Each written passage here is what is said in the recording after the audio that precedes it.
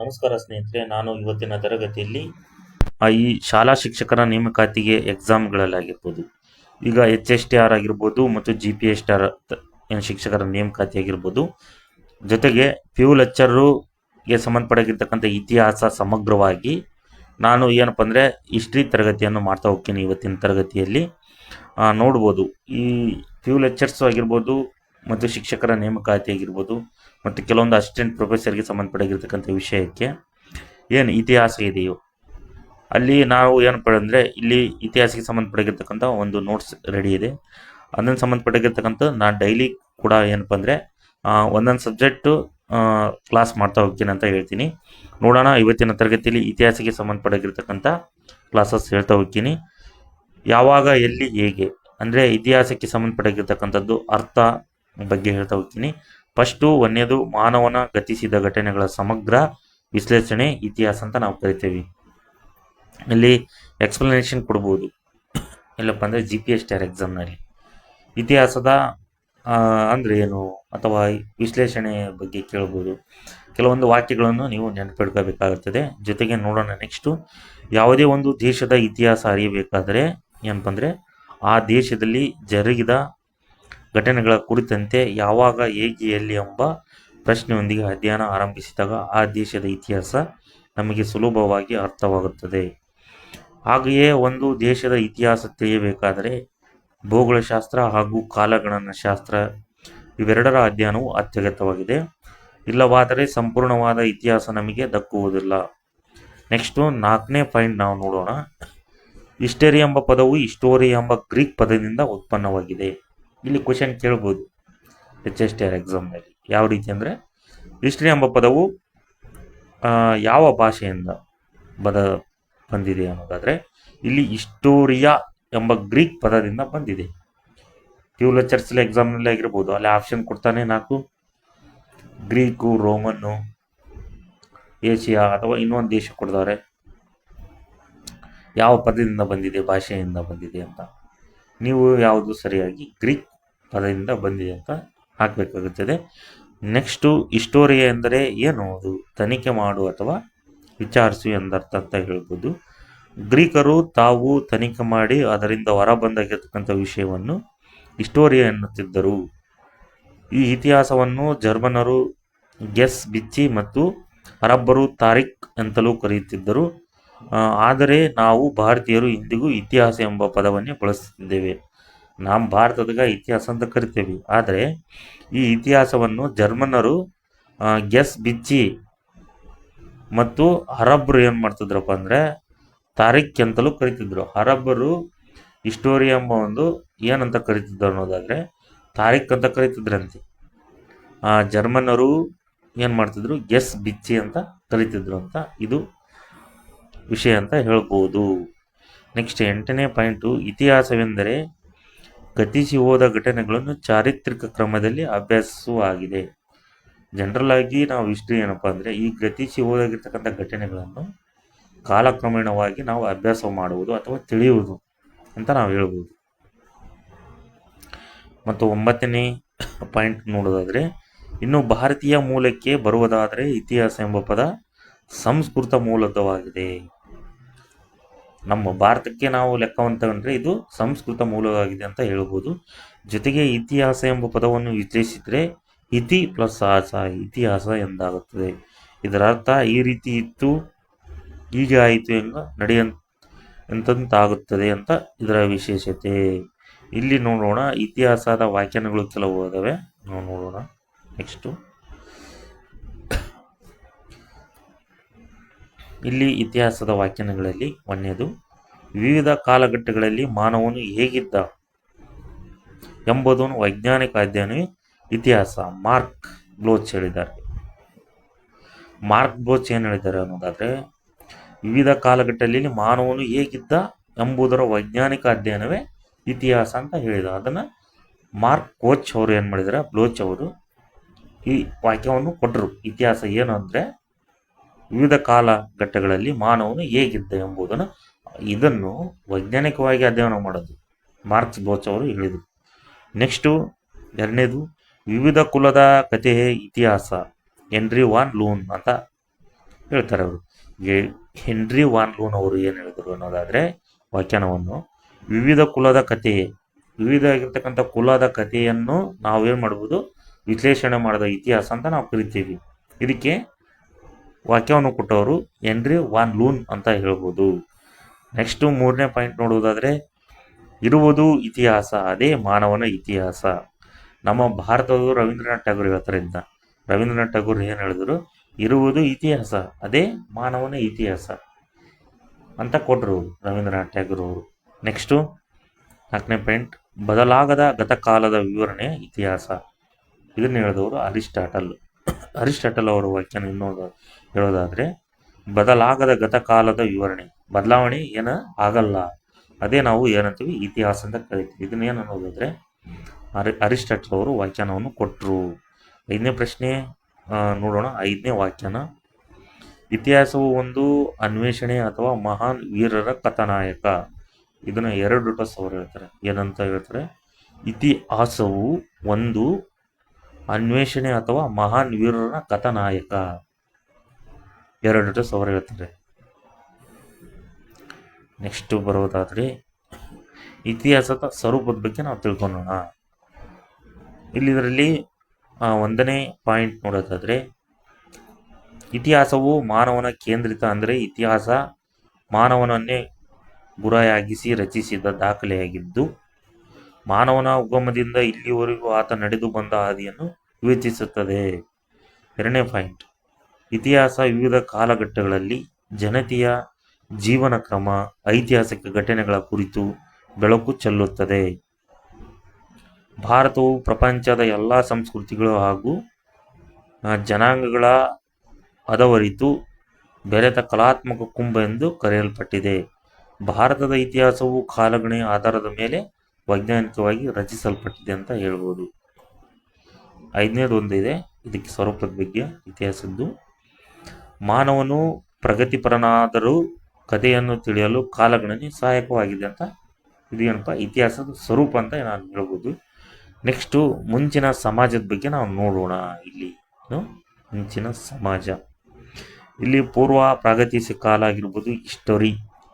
ಇಲ್ಲಿ ಲಿಖಿತ ಆಧಾರ ಇರುವ ಇತಿಹಾಸಕ್ಕೂ ಹಿಂದಿನದು ಪ್ರಾಗತಿಹಾಸ ಕಾಲ ಅಥವಾ ಇತಿಹಾಸ ಪೂರ್ವಕಾಲ ಎಂದು ಕರೆಯುತ್ತೇವೆ. ಇಲ್ಲಿ ಇತಿಹಾಸ ಪೂರ್ವಕಾಲದ ಪ್ರಮುಖ ಘಟಕಗಳು ಯಾವುವು ಅಂದರೆ ಶಿಲಾಯುಗ ಅಥವಾ 2ನೇದು ಲೋಹಯುಗ ಅಂತ ಕರಿತೀವಿ. ಇದರಲ್ಲಿ ನಮ್ಮ ಭೂಮಿಯು 460 ಕೋಟಿ ವರ್ಷಗಳ ಹಿಂದೆ ರೂಪ ತಾಳಿತೆಂದು ಅಂದಾಜು ಮಾಡಲಾಗಿದೆ. ಇಲ್ಲಿ ಜೀವ ಸೃಷ್ಟಿ ಸುಮಾರು 70 ಕೋಟಿ ವರ್ಷಗಳ ಹಿಂದೆ ಆಯಿತು. ಏಕಕೋಶಜೀವಿ ಅಮೀಬಾ ಕಾಣಿಸಿಕೊಂಡಿದ್ದು 50 ಕೋಟಿ ವರ್ಷಗಳ ಹಿಂದೆ. ಇವುಗಳನ್ನು ವಂಶೋತ್ಪತ್ತಿ ಸಾಗಿತು. ಮಾನವನ ವಿಕಾಸಕ್ಕೆ ಕಾರಣವಾದ ಕೆಲವು ಸಣ್ಣ ಪ್ರಾಣಿಗಳು ಸುಮಾರು 30 ಲಕ್ಷ ವರ್ಷಗಳ ಹಿಂದೆ ಕಾಣಿಸಿದವು. ಅವೇ ವಿಕಾಸವಾಗಿ ಅನೇಕ ರೀತಿಯ ಕಪಿಗಳು, ಬಾಲವಿಲ್ಲದ ವಾನರಗಳಾದ ಚಿಂಪಾಂಜಿ, ಗಿಬ್ಬನ್ ಕಾಣಿಸಿಕೊಂಡವು. ಅಲ್ಲಿಂದ ಮಾನವನ ವಿಕಾಸ ಮೊದಲಿಟ್ಟಿತು ಅನ್ನೋದು. ಮತ್ತು ಬರಾವು ಬಳಕೆಗೆ ಬಂದದ್ದು ಸುಮಾರು 5,000 ವರ್ಷಗಳ ಹಿಂದೆ ಮಾತ್ರ. ಇದಕ್ಕೂ ಹಿಂದಿನ ಇತಿಹಾಸ ಪ್ರಾಗತಿಹಾಸ ತಿಳಿಯಲು ಬರಹದ ನೆರವು ಸಿಗದು. ಪ್ರಾಗತಿಹಾಸವನ್ನು ಅರಿಯುವುದು, ಗುರುತಿಸುವುದು ಆಗಿನ ಮಾನವನು ಬಳಸುತ್ತಿದ್ದ ಸಾಧನಗಳಿಂದ. ಈ ಕಾಲಘಟ್ಟವನ್ನು ಅಧ್ಯಯನ ಮಾಡುವ ತಜ್ಞರಿಗೆ ನಾವು ಪ್ರಾಕ್ತನ ಅಥವಾ ಪ್ರಾಚ್ಯವಸ್ತು ಅಧ್ಯಯನಕಾರರೆಂದು ಕರೆಯುತ್ತೇವೆ. ನೆಕ್ಸ್ಟ್ 10ನೇ ಪಾಯಿಂಟ್, ಈ ಕಾಲದಲ್ಲಿ ಮನುಷ್ಯನ ಬದುಕು ಅಲೆಮಾರಿಯ ಬದುಕಾಗಿದ್ದು ಬೇಟೆ ಹಾಗೂ ಆಹಾರ ಸಂಗ್ರಹಣೆಯಲ್ಲಿ ತೊಡಗಿದ್ದನು. ಪ್ರಾಚ್ಯವಸ್ತು ಅಧ್ಯಯನಕಾರರಿಗೆ ಈ ಕಾಲದಲ್ಲಿ ಜನರು ಆಹಾರ ಸಂಗ್ರಹಣೆಯಲ್ಲಿ ತೊಡಗಿದ್ದು ಬೇಟೆಯಾಡಲು ತಯಾರಿಸಿದ್ದ ಹಾಗೂ ಬಳಸುತ್ತಿದ್ದ ಕೆಲವು ಪರಿಕರಗಳು ದೊರೆತಿವೆ. ಪ್ರಾಯಶಃ ಜನರು ಶಿಲೆ, ಕಟ್ಟಿಗೆ ಹಾಗೂ ಎಲುಬುಗಳಿಂದ ತಯಾರಿಸಿದ ಆಯುಧಗಳನ್ನು ಬಳಸುತ್ತಿದ್ದರೆಂಬುದು. ಮತ್ತು 13ನೇ ಆಗಿರ್ತಕ್ಕಂಥ ಪಾಯಿಂಟ್ ನಾವು ನೋಡೋಣ. ಈ ಪ್ರಾಣಿಗಳ ಮಾಂಸ ಹಾಗೂ ಮೂಳೆಗಳನ್ನು ಕತ್ತರಿಸಲು ಮರಗಳ ತೊಗಟೆಯನ್ನು ಮತ್ತು ಪ್ರಾಣಿಗಳ ಚರ್ಮವನ್ನು ಕೀಳಲು ಹಣ್ಣು ಹಾಗೂ ಬೇರುಗಳನ್ನು ಕತ್ತರಿಸಲು ಶಿಲಾಪರಿಕೆಗಳನ್ನು ಬಳಸುತ್ತಿದ್ದರು. ಜನರು ಎಲುಬು ಮತ್ತು ಕಟ್ಟಿಗೆಗಳನ್ನು ಕೈಹಿಡಿಯಾಗಿ ಅಳವಡಿಸಿ ಅವುಗಳನ್ನು ಬರ್ಜಿ ಹಾಗೂ ಬಾಣವನ್ನಾಗಿಸಿಕೊಂಡು ಬೇಟೆಯಾಡುತ್ತಿದ್ದರು ಅನ್ನೋದು ಪ್ರಶ್ನೆ. ಮತ್ತು 15 ಮರವನ್ನು ಕಡಿದು ಸೌದೆಯಾಗಿ ಬಳಸಲು ಶಿಲೆಗಳನ್ನು ಕೊಡಲಿಯನ್ನಾಗಿ ಮಾಡಿಕೊಂಡರು. ಮರವನ್ನು ಕೆಲವೊಂದು ಆಯುಧಗಳ ಕೈ ಹಿಡಿಗಳಾಗಿ ರೂಪಿಸಿಕೊಂಡಿರಬಹುದು. ಗುಡಿಸಲನ್ನು ಕಟ್ಟಲು ಮರವನ್ನು ಬಳಸಿರಬಹುದು. ಮತ್ತು ಇಲ್ಲಿ ಬೌದ್ಧಿಕ ಮಾನವನ ಬಗ್ಗೆ ನೋಡುವುದಾದರೆ, ಬೌದ್ಧಿಕ ಮಾನವ ಕಾಣಿಸಿದ್ದು ಸುಮಾರು 40,000 ವರ್ಷಗಳ ಹಿಂದೆ. ಈ ಶಿಲಾಯುಗದ 3 ಹಂತಗಳು ಯಾವುವು ಅನ್ನೋದಾದರೆ, ಹಳೆ ಶಿಲಾಯುಗ ಅಂದರೆ ಪ್ಯಾಲಿಯೋಲಿಥಿಕ್ ಏಜ್ ಅಂತ ಕರಿತೀವಿ. ಸೂಕ್ಷ್ಮ ಶಿಲಾಯುಗ ಮೈಕ್ರೋಲಿಥಿಕ್ ಏಜ್. ಮೂರನೇದು ನವಶಿಲಾಯುಗ ಅಂದರೆ ನಿಯೋಲಿಥಿಕ್ ಏಜ್ ಅಂತ ನಾವು ಕರಿತೀವಿ. ಇಲ್ಲಿ ಹಳೆ ಶಿಲಾಯುಗದಲ್ಲಿ ಮಾನವನ ವಿಕಾಸ ಅನ್ನೋದಾದರೆ ನೋಡೋಣ. ಒಂದನೇದರಲ್ಲಿ ಹಳೆಯ ಶಿಲಾಯುಗದಲ್ಲಿ ಮಾನವನು ಪ್ರಕೃತಿಯಲ್ಲಿ, ಅಂದರೆ ಇಲ್ಲಿ 3 ಅದ ನೋಡಿ, ಹಳೆ ಶಿಲಾಯುಗ, ಸೂಕ್ಷ್ಮ ಶಿಲಾಯುಗ ಮತ್ತು ನವಶಿಲಾಯುಗ. ಹಳೆ ಶಿಲಾಯುಗಕ್ಕೆ ಪ್ಯಾಲಿಯೋಲಿಥಿಕ್ ಏಜ್ ಅಂತ ಕರಿತೀವಿ. ಸೂಕ್ಷ್ಮ ಶಿಲಾಯುಗಕ್ಕೆ ಮೈಕ್ರೋಲಿಥಿಕ್ ಏಜ್ ಅಂತ ಕರಿತೀವಿ. ನವಶಿಲಾಯುಗಕ್ಕೆ ನಿಯೋಲಿಥಿಕ್ ಏಜ್ ಅಂತ ಕರಿತೀವಿ. ಇದರಲ್ಲಿ ಹಳೆ ಶಿಲಾಯುಗದಲ್ಲಿ ಮಾನವನ ವಿಕಾಸದ ಬಗ್ಗೆ ನಾವು ತಿಳ್ಕೊಳ್ಳೋಣ. ಇದರಲ್ಲಿ ಒಂದನೇದು, ಹಳೆ ಶಿಲಾಯುಗದಲ್ಲಿ ಮಾನವನು ಪ್ರಕೃತಿಯಲ್ಲಿ ಕಾಣಸಿಗುವ ಗುಹೆ, ಮರದ ಪೊಟರೆ ಹಾಗೂ ಕಲ್ಲಾಸರೆಗಳನ್ನು ತನ್ನ ನಿವಾಸವನ್ನಾಗಿ ಮಾಡಿಕೊಂಡನು. ಹಳೆ ಶಿಲಾಯುಗದ ಮಾನವನು ಆಹಾರಕ್ಕಾಗಿ ಬೇಟೆಯನ್ನು ಅವಲಂಬಿಸಿದನು. ಹಳೆ ಶಿಲಾಯುಗಕ್ಕೆ ಕಾರಣವಾದರೂ ಈಗಿನ ಮಾನವನ ಕುಲಕ್ಕಿಂತ ಸ್ವಲ್ಪ ವಿಭಿನ್ನವಾದ ಕಪಿಮಾನವರು. ಈ ಜನರು ಸಾಮಾನ್ಯವಾಗಿ ಗುಹೆ, ಕಲ್ಲಾಸರೆಗಳು ಹಾಗೂ ಮರದ ಪೊಟರೆಗಳಲ್ಲಿ ವಾಸ ಮಾಡಿಕೊಂಡಿದ್ದರು. ಆಹಾರಕ್ಕಾಗಿ ನಿಸರ್ಗದಲ್ಲಿ ಸಿಗುವ ಚೂಪು ಅಥವಾ ಮನೆಯುಳ್ಳ ಕಲ್ಲುಗಳಿಂದ ಬೇಟೆಯಾಡುತ್ತಿದ್ದರು. ಇಲ್ಲವೇ ಕಾಡಿನಲ್ಲಿ ಸಿಗುವ ಗಡ್ಡೆ, ಗೆಣಸು, ಹಣ್ಣುಗಳನ್ನು ಬಳಸುತ್ತಿದ್ದರು. ಈ ಜೀವನ ಸುಮಾರು 4 ಲಕ್ಷ ವರ್ಷಗಳ ಕಾಲ ಏನಾಗಿತ್ತು, ಸಾಗಿತ್ತು. ಆದರೆ ಶಿಲಾಯುಧಗಳನ್ನು ತಯಾರಿಸುವ ವಿಧಾನದಲ್ಲಿ ಅಲ್ಪ ಸ್ವಲ್ಪ ಪಟ್ಟಾಗಿರ್ತಕ್ಕಂಥ ಪರಿಣಿತಿ ನಿಧಾನವಾಗಿ ಬೆಳೆಯಿತು. ಈ ವಿಕಾಸದಲ್ಲಿ ಬೆಂಕಿಯನ್ನು ಉಪಯೋಗಿಸುತ್ತಿದ್ದು ಮತ್ತು ಬಿಲ್ಲು ಬಾಣಗಳನ್ನು ಕಂಡುಹಿಡಿದಿದ್ದು ಮುಖ್ಯವಾದ ಸಾಧನೆಗಳು. ಶಿಲಾಯುಧ ತಯಾರಿಕೆಯಲ್ಲಿ ಹೊಸ ತಂತ್ರಜ್ಞಾನ, ವರ್ಣಚಿತ್ರಗಳ ರಚನೆ, ಮೂರ್ತಿಗಳನ್ನು ರೂಪಿಸುವುದು ಪ್ರಾರಂಭವಾಯಿತು. ಕಲ್ಲು, ಜೇಡಿ, ಮಣ್ಣು, ಮರದಿಂದ ಮೂರ್ತಿಗಳ ರಚನೆ ಆರಂಭಿಸಿದರು. ಮತ್ತು ಧಾರ್ಮಿಕ ನಂಬಿಕೆಗಳು ಮೂಡಿದವು ಮತ್ತು ನೃತ್ಯ ಸಂಗೀತ ಕೂಡ ಇಲ್ಲಿ ಏನು ಮಾಡಿದವು, ಕಾಣಿಸಿಕೊಂಡವು ಅಂತ ಹೇಳ್ಬೋದು ಈ ಹಳೆ ಶಿಲಾಯುಗದಲ್ಲಿ. ಮತ್ತು ಈ ಹಳೆ ಶಿಲಾಯುಗದ ನೆಲೆಗಳ ಬಗ್ಗೆ ನಾವು ತಿಳ್ಕೊಳ್ಳೋಣ. ಫಸ್ಟು ಇಲ್ಲಿ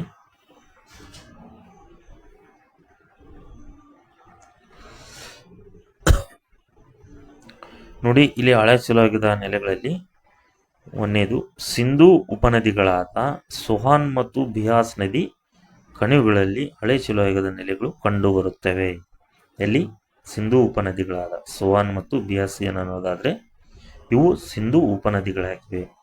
ನೆಕ್ಸ್ಟ್ ಬರೋದಾದರೆ ಉತ್ತರ ಪ್ರದೇಶದ ಮಿರ್ಜಾಪುರ, ಮಧ್ಯಪ್ರದೇಶದ ನರ್ಮದಾ ಕಣಿವೆಯ ಅಂದಗರ್ನಲ್ಲಿ, ಮದ್ರಾಸಿನ ಅತ್ತಿರಂಪಕ್ಕಂ ಆಗಿರ್ಬೋದು, ಕರ್ನಾಟಕದಲ್ಲಿ ಹುಣಸಗಿ, ಕಲಬುರಗಿ ಜಿಲ್ಲೆ, ಕಬ್ಬನಹಳ್ಳಿ, ಬಾಗಲಕೋಟೆ ಜಿಲ್ಲೆ ಬಳಿಯ ಅನಗವಾಡಿ, ಬಳ್ಳಾರಿ ಜಿಲ್ಲೆಯ ನಿಟ್ಟೂರಿನಲ್ಲಿ ಹಳೆ ಶಿಲಾಯುಗದ ನೆಲೆಗಳು ಕಂಡು ಬರ್ತವೆ ಅನ್ನೋದು. ನೆಕ್ಸ್ಟ್ ಬರ್ತಕ್ಕಂಥದ್ದು ಸೂಕ್ಷ್ಮ ಶಿಲಾಯುಗ ಬಗ್ಗೆ ನಾವು ನೋಡೋಣ. ಸುಮಾರು 10 ರಿಂದ 12,000 ವರ್ಷಗಳ ಹಿಂದೆ ಚಳಿಯ ಹಿಮಯುಗ ಕಳೆದ ಬೆಚ್ಚಗಿನ ಹವಾಮಾನ ಉಂಟಾದಾಗ ಸೂಕ್ಷ್ಮ ಶಿಲಾಯುಗವು ಪ್ರಾರಂಭವಾಯಿತು. ಕಲ್ಲಿನ ಆಯುಧಗಳನ್ನು ತೀಡಿ ಹರಿತಗೊಳಿಸಿದಾಗ ಅಂತಹ ಸಾಧನಗಳಿಂದ ಗಿಡ ಮರಗಳನ್ನು ಕತ್ತರಿಸಿ ಜಮೀನನ್ನು ಕೃಷಿಯಾಗಿಸಿ ಬಳಸುವುದನ್ನು ಕಲಿತನು. ಹೀಗೆ ಅಲೆಮಾರಿ ಜೀವನವನ್ನು ಬಿಟ್ಟು ಸ್ಥಿರವಾಗಿ ನೆಲೆಸುವ ಜೀವನವನ್ನು ಆಡತೊಡಗಿದ್ದನು. ಮುಖ್ಯ ಬದಲಾವಣೆ. 4ನೇದು, ತಮಿಳುನಾಡಿನ ಅನೇಕ ಮರಳುದಿಬ್ಬಗಳಲ್ಲಿ ಸೂಕ್ಷ್ಮ ಶಿಲಾಯುಗದ ನೆಲೆಗಳು ಕಾಣಿಸಿವೆ. ಬೆಂಗಳೂರು ಬಳಿಯ ಜಾಲಹಳ್ಳಿಯ ಬಳ್ಳಾರಿ ಜಿಲ್ಲೆಯ ಸಂಗನಕಲ್ಲು ಇವೆಲ್ಲ ಕರ್ನಾಟಕದ ಈ ಪಟ್ಟಣ ತಾಣಗಳಾಗಿವೆ ಅಂತ ನಾವು ಹೇಳ್ಬೋದು. ಈ ನವಶಿಲಾಯುಗ ನೋಡೋಣ. ಈಗ ಇದು 3ನೇ ಶಿಲಾಯುಗ ಅಂತ ಕರಿತೀವಿ ನಾವು.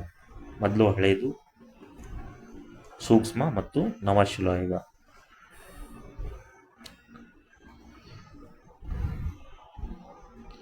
ಈ ಸೂಕ್ಷ್ಮ ಶಿಲಾಯುಗದ ಹಂತದಲ್ಲಿ ಹಲವು ವಿನೂತನ ಶೈಲಿಗಳು ರೂಢಿಗೊಂಡ ನವಶಿಲಾಯುಗದ ಘಟ್ಟವನ್ನು ಮಾನವನ ಪ್ರವೇಶಿಸಿದ. ಆಗ ಕಲ್ಲಿನ ಆಯುಧಗಳಿಗೆ ನಿರ್ದಿಷ್ಟ ರೂಪ ಬಂತು.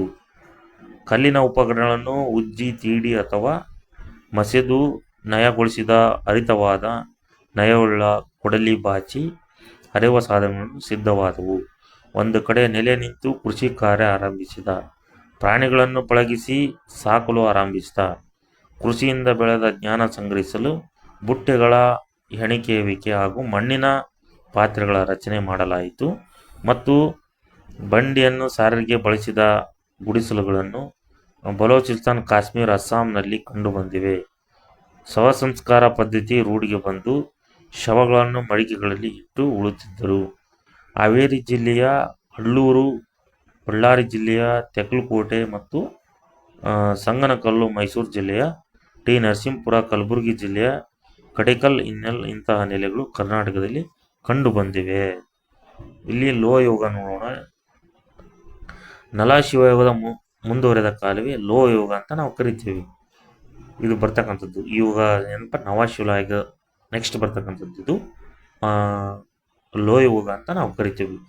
ಇಲ್ಲಿ ತಾಮ್ರ ಯುಗದಿಂದ ಕಂಚಿನ ಯುಗಕ್ಕೆ ಪ್ರವೇಶಿಸಿದ ಮಾನವ ಹೆಚ್ಚು ಗಡಸಾದ ಚೂಪಾದ ಆಯುಧ ಸೃಷ್ಟಿಸಿದ.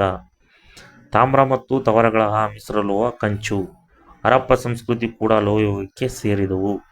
ಕೆಂಪು ಬಣ್ಣದ ಮೇಲೆ ಕಪ್ಪು ಚಿತ್ರಗಳ ಮಡಿಕೆಗಳು ಈ ಕಾಲದ ಲಕ್ಷಣ. ಸತ್ತವರನ್ನು ತಮ್ಮ ಕಾಯಮಾಗಿ ನೆಲೆಸುವ ಮನೆಗಳಲ್ಲಿ ಹೂಳುತ್ತಿದ್ದರು. ಮಾತೃದೇವತೆ, ಪ್ರಾಣಿಗಳು, ವೃಕ್ಷಗಳು ಪೂಜಿಸುತ್ತಿದ್ದರು. ಬಾರ್ಲಿ, ಗೋಧಿ, ಜೋಳಗಳನ್ನು ಈ ಕಾಲದಲ್ಲಿ ಬೆಳೆಯಲು ಆರಂಭಿಸಿದರು. ಮಹಾರಾಷ್ಟ್ರ, ಜಾರ್ವೆ, ಕರ್ನಾಟಕದ ಬ್ರಹ್ಮಗಿರಿ, ಹಾವೇರಿ ತಾಲೂಕುಗಳು, ಹಳ್ಳೂರು, ಕೋಲಾರ ಜಿಲ್ಲೆಯ ಬನಹಳ್ಳಿ, ಬಿಜಾಪುರ ಜಿಲ್ಲೆಯ ತೆರದಾಳ ಇವೆಲ್ಲ ಈ ಸಂಸ್ಕೃತಿಗೆ ಗಣ್ಯ ನೆಲೆಗಳು. ನಗರ ಜೀವನ ಬೆಳೆದು ದೂರದ ಪ್ರದೇಶಗಳ ಜೊತೆ ವ್ಯಾಪಾರ ಹೆಚ್ಚಿತು. ಸಮಾಜದಲ್ಲಿ ಆಳುವವರು ಮತ್ತು ಕೆಳವರ್ಗದವರು ಎಂಬ ಸ್ತರೀಕರಣ ಆರಂಭವಾಯಿತು ಅಂತ ನಾವು ಹೇಳ್ಬೋದು. ನೆಕ್ಸ್ಟು ಕಬ್ಬಿಣ ಯುಗ ಬರುತ್ತೆ. ಈ ಕಬ್ಬಿಣ ಯುಗದಲ್ಲಿ ಮಾನವನ ಇತಿಹಾಸದಲ್ಲಿ ಕಬ್ಬಿಣ ಬಳಕೆ ಆರಂಭವಾದದ್ದು ಒಂದು ಮಹತ್ವದ ತಿರುವಿನ ಘಟ್ಟ ಅಂತ ನಾವು ಹೇಳ್ತೀವಿ. ಕಬ್ಬಿಣ ಆಯುಧಗಳು, ಉದ್ದವಾದ ಖಡ್ಗ, ಈಟೆ, ಚೂಪಾದ ಬಾಣ ಸೃಷ್ಟಿ ಆದವು ಅಂತ ನಾವು ಹೇಳ್ಬೋದು. ಕಬ್ಬಿಣ ಬಳಕೆಯ ಕಾಲದಲ್ಲಿ ಬೃಹತ್ ಬಂಡೆಗಳ ಬಳಕೆಯಿಂದ ಭಾರೀ ಸಮಾಧಿಯನ್ನು ಕಟ್ಟಿದರು. ಕಬ್ಬಿಣದ ಬಳಕೆ ಬೃಹತ್ ಶಿಲಾ ಸಂಸ್ಕೃತಿ, ಮೆಗೋಲಿಥಿಕ್ ಕಲ್ಚರ್ ಎಂದು ಕರೆಯುವರು. ಈ ಕಾಲದ ಬೃಹತ್ ಶಿಲಾ ಸಮಾಧಿಗಳು ಬೆಳಗಾವಿ ಜಿಲ್ಲೆಯ ಕೊಣ್ಣೂರು, ಗುಲ್ಬರ್ಗಾ ಜಿಲ್ಲೆಯ ರಾಜನಕುಳೂರು ಇವೆಲ್ಲ ಕಡೆ ಕಂಡುಬರುತ್ತದೆ ಅಂತ ನಾವು ಹೇಳ್ಬೋದು. ಇದು ಶಿಲಾಯುಗದ ಬಗ್ಗೆ ನಾನು ಸಂಪೂರ್ಣವಾಗಿ ಹೇಳಿದ್ದೀನಿ. ನೆಕ್ಸ್ಟ್ ನಾನು ತರಗತಿಯಲ್ಲಿ ಅಧ್ಯಯನ 4 ಬರುತ್ತೆ. ಯಾವುದಂದರೆ ಪ್ರಾಚೀನ ಭಾರತದ ಇತಿಹಾಸದ ಬಗ್ಗೆ ನಾನು ಹೇಳ್ತೀನಿ. ಅಲ್ಲಿ ಮೊದಲ ನಗರಗಳು ಯಾವ್ಯಾವ ಬರ್ತವು ಅನ್ನೋದ್ರ ಬಗ್ಗೆ. ಫಸ್ಟು ಇಲ್ಲಿ ಮಾನವನ ಇತಿಹಾಸಕ್ಕೆ ಸಂಬಂಧಪಟ್ಟಿರ್ತಕ್ಕಂಥದ್ದು ಹೆಂಗೆ ಹುಟ್ಕೊಂತು ಯುಗ, ಅಲ್ಲಿ ನವಶಿಲಾಯುಗ, ಸೂಕ್ಷ್ಮ ಶಿಲಾಯುಗ ಆಗಿರ್ಬೋದು. ಈ ರೀತಿ ನಾವು ಎಲ್ಲ ಏನಂತಂದರೆ ಶಿಲಾಯುಗದ ಬಗ್ಗೆ ತಿಳ್ಕೊಂಡ್ವಿ. ಈಗ ಮುಂಚಿನ ಸಮಾಜ ಹೆಂಗೆ ಹುಟ್ಕೊಂತು ಅನ್ನೋದಾದರೆ ಇದ್ರ ಬಗ್ಗೆ. ಹಾಗಾಗಿ ನಾವು ನೆಕ್ಸ್ಟಿನ ತರಗತಿಯಲ್ಲಿ ನಾವು ಏನಂದರೆ ಬೇರೆ ತರಗತಿಯನ್ನು ನಾವು ಮಾಡೋಣ ಅಂತ ಹೇಳ್ತೀನಿ. ಹಾಗಾಗಿ ಎಲ್ಲ ಸ್ನೇಹಿತರು ಯಾರ್ಯಾರು ಈಗ ಹೊಸ್ದಾಗಿ ನೋಡ್ತಿದ್ರು ಎಲ್ಲರೂ ಏನಪ್ಪ ಅಂದರೆ ಈ ಚಾನಲನ್ನು ಸಬ್ಸ್ಕ್ರೈಬ್ ಮಾಡಿಕೊಳ್ಳಿ, ಲೈಕ್ ಮಾಡಿ, ಶೇರ್ ಮಾಡಿ. ನಿಮಗೇನಾದರೂ ಪ್ರಶ್ನೆಗಳಿದ್ದರೆ ಕಾಮೆಂಟ್ ಮೂಲಕ ತಿಳಿಸಿ. ನಾವು ತಕ್ಷಣದಾಗಿರ್ತಕ್ಕಂಥ ಉತ್ತರವನ್ನು ಕೊಡ್ತೀವಿ ಅಂತ ಹೇಳ್ತೀನಿ.